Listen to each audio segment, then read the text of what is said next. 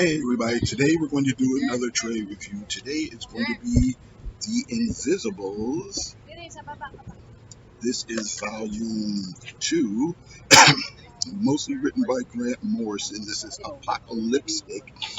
Going to be a very interesting trade with a few different stories that hit on a few different really interesting subjects. So we'll get into that in just a second. So, Invisibles Volume 2, Apocalyptic, by Grant Morrison and various artists. It was published in 1996 by DC Comics under the Vertigo line. While Invisibles is now seen as a groundbreaking series, sales kind of fluctuated over time. At one point, Grant Morrison even suggested that fans hold a rank in order to increase sales. The Invisibles also been optioned for a live action film. It is a TV show, but I think they weren't ever produced. I don't think they actually went to production, I should say. Grant Morrison has accused the Matrix movies of being influenced by the Invisibles, though. Grant Morrison started in comics in the mid 80s for British magazines like Warrior. He was part of the British invasion that came to DC Comics after Alan Moore and others gained attention in the US. Grant rose to fame with books like Animal Man, Doom Patrol, Batman Arkham Asylum, not to mention his more mainstream work in JLA and The Flash. And he did a later Batman run that was well received as well. Each story in Apocalyptic has a different art team. Artists are Jill Thompson, Chris Weston, John Ridgway, Steve Parkhouse, and Paul Johnson. They all provide the visual storytelling, but The Invisibles is really pretty much Morrison's show.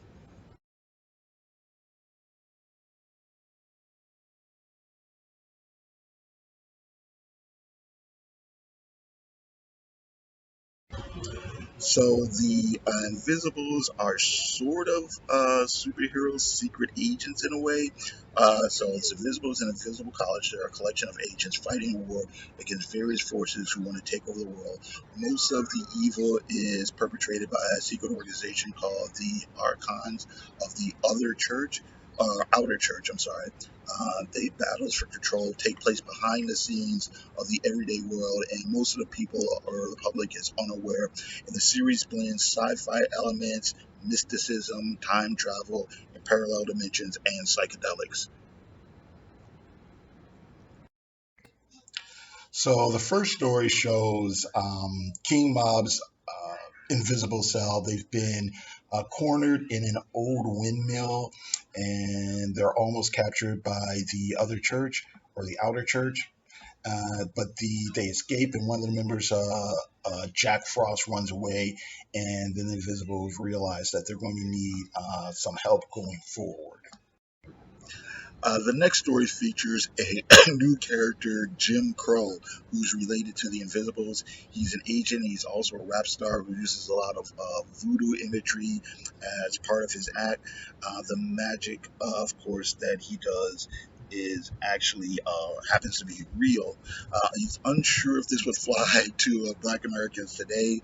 His name is Jim Crow after all, and again, religious voodoo for a long time has been stigmatized in the United States. But the story here is by Grant Morrison, who's from the UK, or Scotland, and non-Americans think about things like race and ethnicity differently than Americans do. So anyway, the plot is a group of these corporate white men put their minds in the bodies of black young men so they can go out commit crimes for thrills. And Jim Crow is asked to find out what's going on and how to stop it. Thinking about it, Grant could have actually made a statement about living vicariously through art and entertainment or cultural appropriation, but he doesn't actually really go there. The story's just kind of like these rich old white guys did a bad thing and get their just desserts. So it's okay, but you know. The Lord, excuse me, the Lord Fanny story is in 3 parts and it's called She-Man. This story is probably the most moving one. Trent Fanny is kind of it's not kind of, he is a cross-dressing shaman from Brazil. He comes from a family of witches, all of whom until that point have been women. And he's had pretty tragic backstory. He's been mutilated by his grandmother. He's been forced to do sex work. He's been raped and beaten by a group of rich men sadists.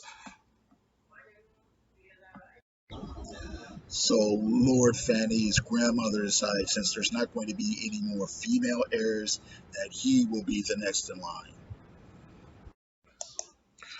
Lord Fanny is captured by a member of the outer church, and this guy seems to be bisexual himself. He also manages to capture King Mob, and then the plot is picked up. That part of the plot is picked up later in the next volume. So now Lord Fanny identifies as male and is gay, but he happens to dress in feminine clothes most of the time. Transvestite is not a term we use as much these days, but it was common when during the time this comic was written, and it is used in the actual text. Uh, Fanny's depiction in the comic is overall portrayed sympathetically and heroically, and without a lot of stereotypes that were common at the time or even these days, or what the kids call now the bury your gays trope, which I guess is the ideal of you introduce this gay person who's supposed to be sympathetic, and then they die at the end of the story and you feel sorry for them. Like I said, Fanny gets to be heroic and do heroic things and either contribute or save the day himself. So good. I'm not sure what the more, I'm not 100% sure what the more acceptable term is. It seemed a little bit dated by some, but I think it depends on who you're talking to and what you're talking about and what the situation is.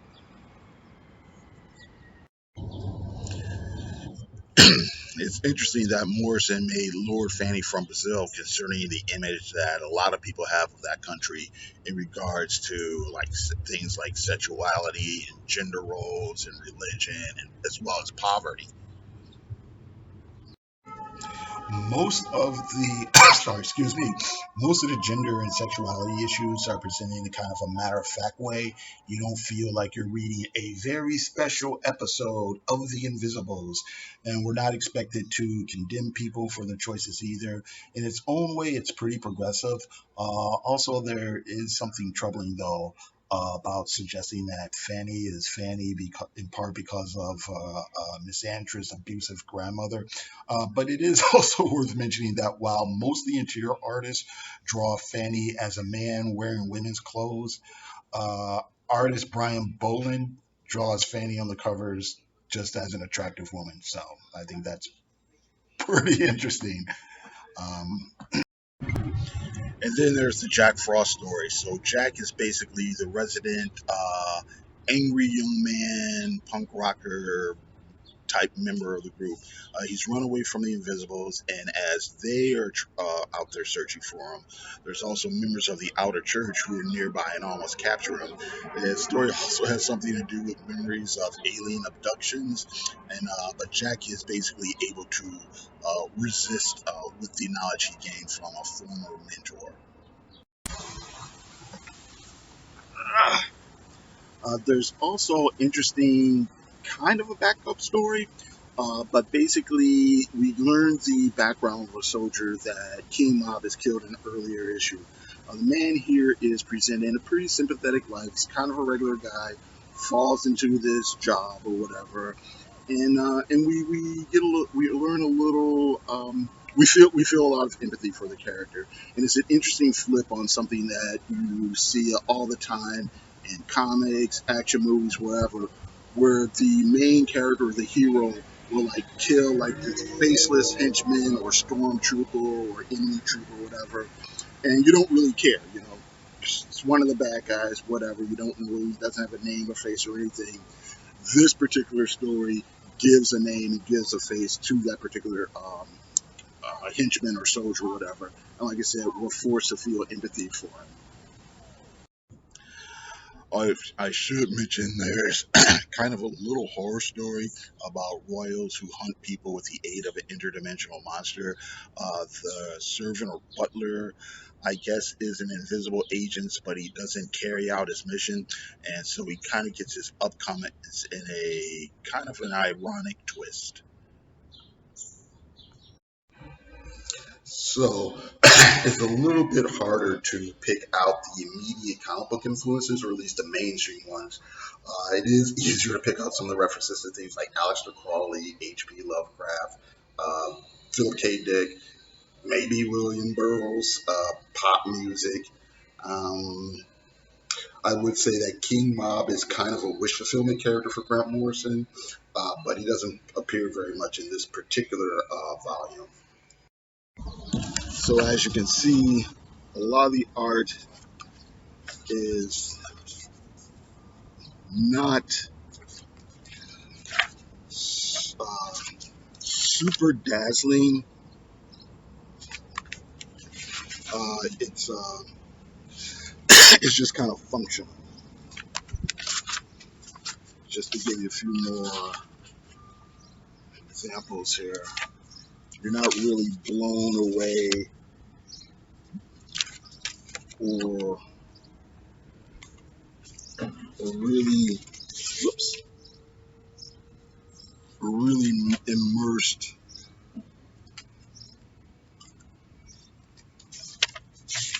in the style of the pencilers or inkers here. Again,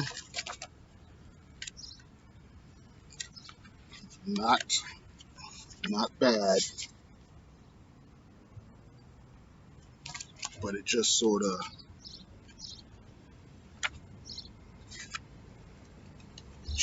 does its job here.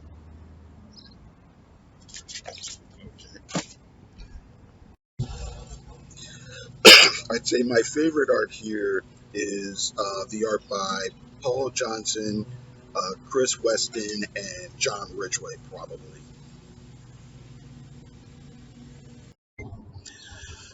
So as you can see, Morrison juggles various concepts and various archetypes and moves back and forth in time.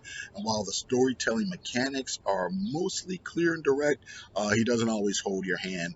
I've read in interviews where Morrison has said that when he's writing The Invisibles, it's like working in a lab versus writing for the JLA or the Justice League. It's like the tennis court. Okay, so Invisibles, Apocalypstick, very interesting collection. The art is kind of basic, but story-wise, we do address various themes of racism, trans issues, anarchy, sorcery, and mind expansion. There's a bit of class and generational conflict, and again, it's not done in a pontificating way. It's just all part of the overall sci-fi, psychedelic pop music romp, I should say.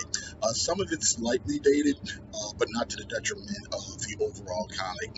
So it's a bit trippy and provocative, but it is fun if you give it a chance.